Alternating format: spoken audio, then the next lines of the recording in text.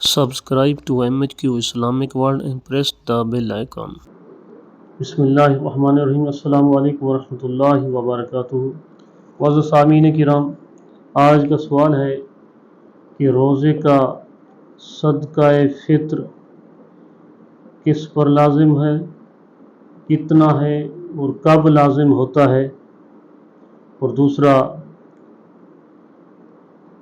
روزے کا فدیہ کتنا ہے اور کون دے سکتے ہیں فدیہ، یعنی جو روزے نہیں رکھ سکتے ان میں سے کون سے ایسے آدمی ہیں جو روزے کے بدلے میں فدیہ ادا کر سکتے ہیں۔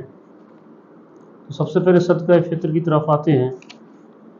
صدقہ فطر سرکار علیہ الصلوۃ والسلام نے ارشاد فرمایا، صدقہ فطر یہ واجب ہے، اور وجوب کی حکمت بیان فرما دی کہ یہ روزوں کے لیے طہارت ہے، کہ روزے کے دوران اگر کوئی بات ویسی ہو جاتی بیہودہ تو یہ روزوں کے لیے طہارت بن جاتی ہے۔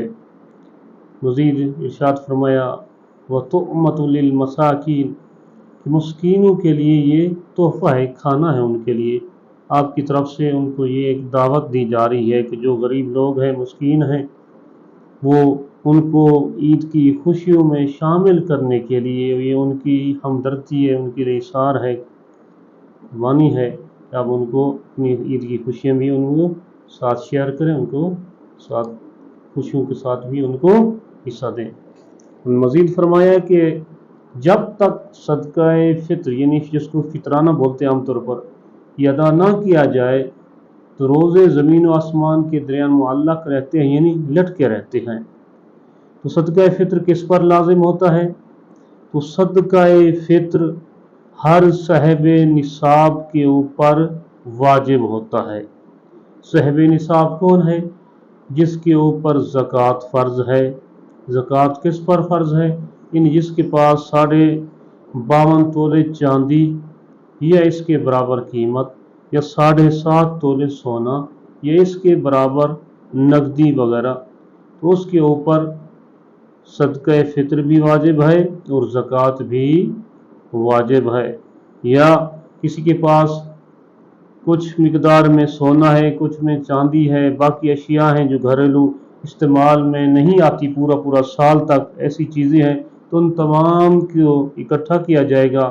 جب ان کی قیمت 52.5 تولے چاندی کے برابر پہنچ جائے گی تو ایسے آدمی کے اوپر بھی صدقہ فطر واجب ہو جائے گا۔ اور یہ کب واجب ہوتا ہے؟ یہ عید کے دن صبح صادق کے طلوع ہوتے ہی صدقہ فطر یہ واجب ہو جاتا ہے۔ صدقہ فطر عید کے دن کے صبح صادق کے طلوع ہوتے ہی صدقہ فطر یہ واجب ہو جاتا ہے۔ یعنی اب کس کی طرف سے ادا کرنا ہے؟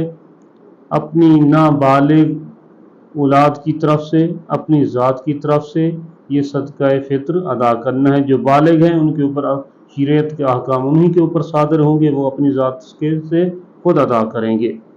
اور جو بچہ صبح صادق تک پیدا ہو جاتا ہے اس کے اوپر بھی اس کے والدین پر صدقہ فطر واجب ہو جائے گا۔ یعنی چھوٹے بچے سے لے کر بڑے بابے تک، سفید داڑھی والے بابے تک، یہ صدقہ فطر پر واجب ہوگا جو صاحب نصاب ہیں۔ اور جو غریب ہیں لیکن صدقہ فطر ادا کرنے کی طاقت رکھتے ہیں تو ان کو بھی ادا کرنا چاہیے۔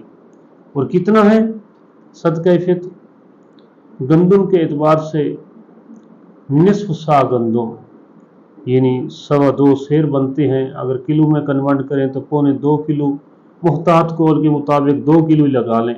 2 کلو گندم، اور کشمش سے دینا ہے تو 4 کلو کشمش یا 4 کلو کھجور یا 4 کلو جو، یہ صدقہ فطر ادا کرنے کے لیے یہ گنسی رکھی گئی ہے۔ تو یہ صدقہ فطر ان چیزوں سے آپ ادا کر سکتے ہیں۔ اب اس کی حکمت کو آپ سمجھ رہے ہیں کہ اسلام کے اندر ان 4 اشیاء کا ذکر کیوں کیا گیا ہے۔ تو ہر بندے کی استطاعت کے مطابق یہ ذکر کیا گیا ہے، لیکن عموماً ہوتا یہ ہے کہ جو بڑے بڑے لوگ ہیں، جو بڑی بڑی کرنسیوں کے مالک ہیں، جائیدادوں کے مالک ہیں، وہ بھی